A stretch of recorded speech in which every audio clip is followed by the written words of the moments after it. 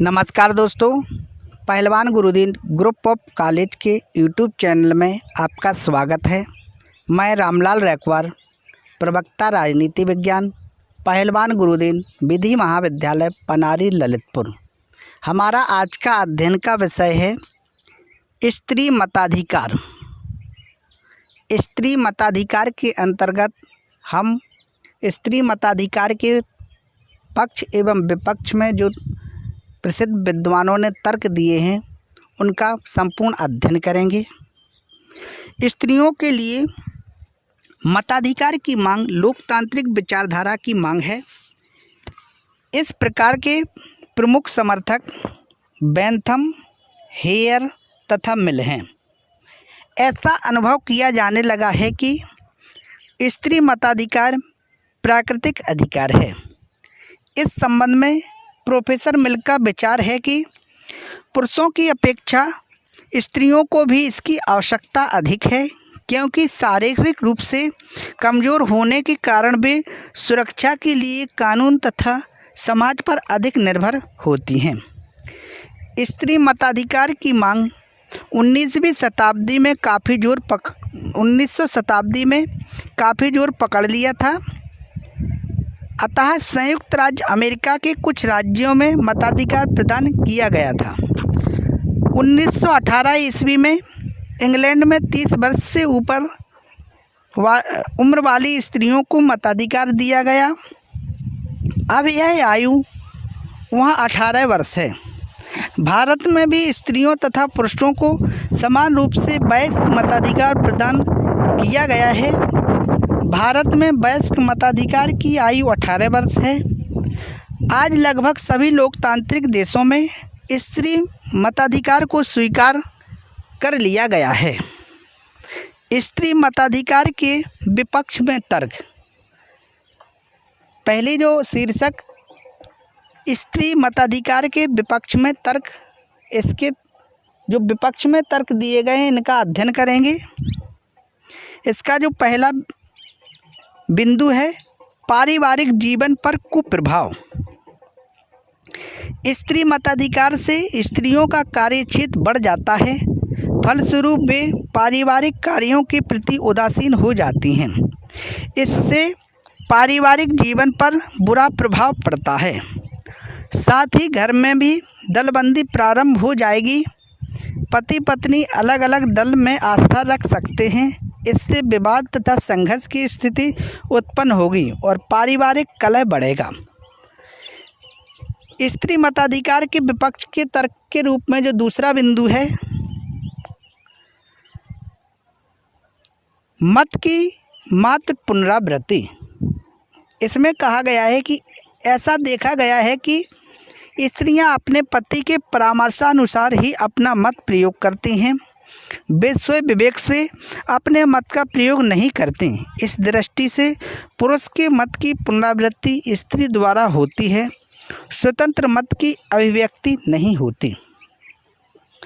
स्त्री मताधिकार के विपक्ष के तर्क के रूप में जो अगला तर्क दिया गया है स्त्रियों का कार्य क्षेत्र घर। कुछ विचारकों का मत है कि प्रकृति ने स्त्री पुरुष में विभिन्नता स्थापित कर दी है। स्त्रियों का कार्य क्षेत्र घर है, इसलिए उन्हें स्त्री मताधिकार नहीं मिलना चाहिए। टेनिसन ने कहा है कि पुरुषों का कार्य क्षेत्र बाह्य संसार है, जबकि स्त्रियों का कार्य क्षेत्र घर है। अगला जो स्त्री मताधिकार के विपक्ष में तर्क दिया गया है स्त्रियां पुरुषों की अपेक्षा निर्बल। कुछ आलोचकों का मत है कि स्त्रियां पुरुषों की अपेक्षा निर्बल होती हैं, अतः उन्हें राजनीतिक अधिकार नहीं दिए जाने चाहिए। अगला जो तर्क इसमें जो विपक्ष के रूप में तर्क दिया गया है राजनीतिक क्षेत्र में स्त्रियों के स्वभाव के प्रतिकूल। राजनीतिक क्षेत्र स्त्रियों के स्वभाव के प्रतिकूल। इसके अंतर्गत कहा गया है महान विचारक अरस्तु का मत है कि राजनीतिक दलदल में फंसने के लिए पुरुष बनाए गए हैं, स्त्रियां नहीं। राजनीति का विषय स्त्रियों के स्वभाव के प्रतिकूल है, अतः उन्हें मताधिकार नहीं मिलना चाहिए। स्त्री मताधिकार के विपक्ष में जो तर्क दिया गया है अगला, सामान्यतः स्त्रियों का परंपरावादी दृष्टिकोण। इसमें कहा गया है कि स्त्रियां परंपरावादी तथा रूढ़िवादी स्वभाव की होती हैं। वे प्रगतिशील विचार वाले देशों की अपेक्षा परंपरावादी विचार वाले दलों को अधिक अच्छा समझती हैं। यह स्वभाव सार्वभौमिक मताधिकार के सिद्धांत के विरुद्ध है। अगला जो टॉपिक है, स्त्री मताधिकार के पक्ष में तर्क। इसके अंतर्गत जो पहला बिंदु है, स्त्रियों को दुर्बल मानना अतार्किक। इसमें कहा गया है कि स्त्रियां पुरुषों की अपेक्षा निर्बल होती हैं। इस तर्क में तथ्य नहीं है। आज प्रत्येक क्षेत्र में स्त्रियां न केवल पुरुषों के साथ कंधे से कंधा मिलाकर चल रही हैं, अपितु वे पुरुषों से आगे निकलने के प्रयास में हैं। अतः स्त्रियों को निर्बल मानकर उनके मताधिकार से वंचित कर देने का समर्थन करने वाले मिथ्या भ्रम के शिकार हैं। स्त्री मताधिकार के पक्ष के तर्क के रूप में जो अगला तर्क है, शासन प्रबंध हेतु पूर्ण सक्षम।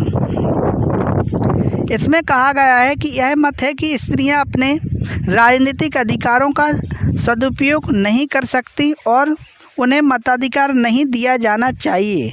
यह सर्वथा हास्यास्पद है।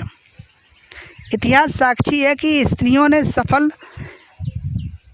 शासकिया होने के प्रमाण प्रस्तुत किए हैं। Catherine, Elizabeth, Victoria, Indira Gandhi, Margaret Thatcher, Mayawati, Bandaranaike, Benazir Bhutto, Begum Khaleda Zia, Jhansi की रानी, जयललिता आदि महिलाओं ने न केवल शासन किया वरन यह सिद्ध कर दिया है कि नारी होना किसी भी प्रकार से पुरुषों से साहस, बौद्धिकता, युद्ध कौशल, कूटनीति, चातुर्य आदि गुणों से कम नहीं है। नारी प्रत्येक क्षेत्र में पुरुष की समानता कर सकती है। अतः स्त्री मताधिकार का विरोधी मत रखना भ्रामक है। स्त्री मताधिकार के पक्ष के तर्क के रूप में जो अगला तर्क है, आज के युग में सर्वथा अनुकूल। इसमें कहा गया है कि स्त्री मताधिकार वर्तमान परिस्थितियों में नितांत आवश्यक हो गया है। आज स्त्रियां जीवन के प्रायः प्रत्येक क्षेत्र में पदार्पण कर चुकी हैं। लोकतांत्रिक व्यवस्था में तो स्त्री मताधिकार अपरिहार्य है। स्त्रियों का कार्यक्षेत्र बढ़ गया है। ऐसा ही भी नहीं है कि स्त्री मताधिकार प्रदान कर देने से उनके प्राकृतिक कार्यों में कोई रुकावट आती है। यदि कोई महिला किसी देश की प्रधानमंत्री है तो इसका अर्थ यह नहीं है कि उसका कोई पारिवारिक जीवन ही नहीं, घर में वह पत्नी, माता, बहन, पुत्री आदि रूपों में अपनी पारंपरिक महत्वता बनाए हुए हैं।